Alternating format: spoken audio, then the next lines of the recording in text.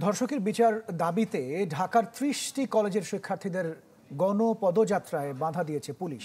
রাজধানীর হোটেল ইন্টারকন্টিনেন্টালের সামনে পুলিশের সাথে ধস্তাধস্তি হয় বিক্ষোভকারীদের। আর এদিকে ঢাকার বাইরে ধর্ষকের প্রতীকী ফাঁসি, কুশপুত্তলিকায় পাথর নিক্ষেপ সহ বিভিন্ন কর্মসূচি পালিত হয়েছে।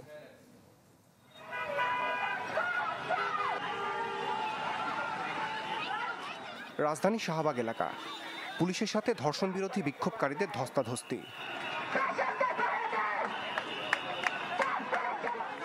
মঙ্গলবার দুপুরে আইনশৃঙ্খলা বাহিনীর বাধার মুখে পড়েন ধর্ষক ও নারী নিপীড়কদের বিচার দাবিতে আন্দোলনকারীরা।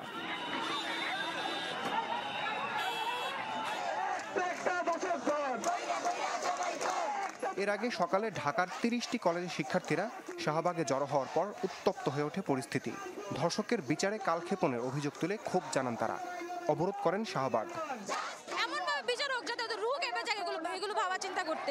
ওদের যাতে মনে আসে যে ওরা একজন মায়ের পেট থেকে জন্ম নিয়েছে, ওদের ঘরে মা এবং বোন আছে ঘরে। ওরা কি মানুষ? ওরা কিভাবে পারে নিজের মায়ের মতো, নিজের বোনের মতো সব নারীদেরকে ধর্ষণ করতে? জামিন পেয়ে যাওয়ার পরে কি ধর্ষিতা ভালো হয়ে যায়, ঠিক হয়ে যায়, স্বাভাবিক হয়ে যায়? হয় না কিন্তু।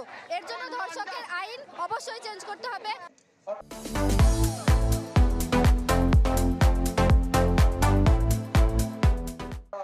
এদিন ঢাকা বিশ্ববিদ্যালয়, রাজশাহী বিশ্ববিদ্যালয় সহ বিভিন্ন শিক্ষা প্রতিষ্ঠানে প্রতীকী ফাঁসি, দ্রোহের কবিতা পাঠ, বিক্ষোভ ও মানববন্ধন করেন শিক্ষক শিক্ষার্থীরা। বিভিন্ন জায়গায় অনেকগুলা অনাকাঙ্ক্ষিত ঘটনা ঘটে গেছেন। এটা কি সেই প্রেসিডেন্টের সাথে কোনো যোগসাজশ আছে কিনা সেটাও আমাদের দেখতে হবে।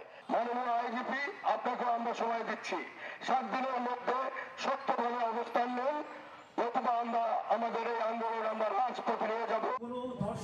নিপীড়কের সর্বোচ্চ সাজা ও আইন সংশোধন চেয়ে ধর্ষকের কুশপুত্তলিকায় পাথর নিক্ষেপ, বিক্ষোভ সহ বিভিন্ন কর্মসূচি পালন করে মাদারীপুর, রাজবাড়ী, মাগুরা, গোপালগঞ্জ, ভোলা সহ দেশের বিভিন্ন স্থানের মানুষ।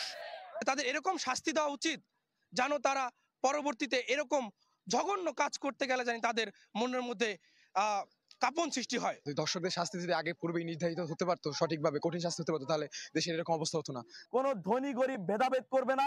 যেই ধর্ষক, প্রমাণিত ধর্ষক, তার বিচার অবশ্যই ফাঁসির মঞ্চেই করতে হবে। আইনশৃঙ্খলা বাহিনীর তৎপরতার পাশাপাশি ধর্ষণ রোধে সামাজিক আন্দোলন গড়ে তোলার তাগিদও দেন তারা। রমেশ হুসাইন, চ্যানেল 24, ঢাকা।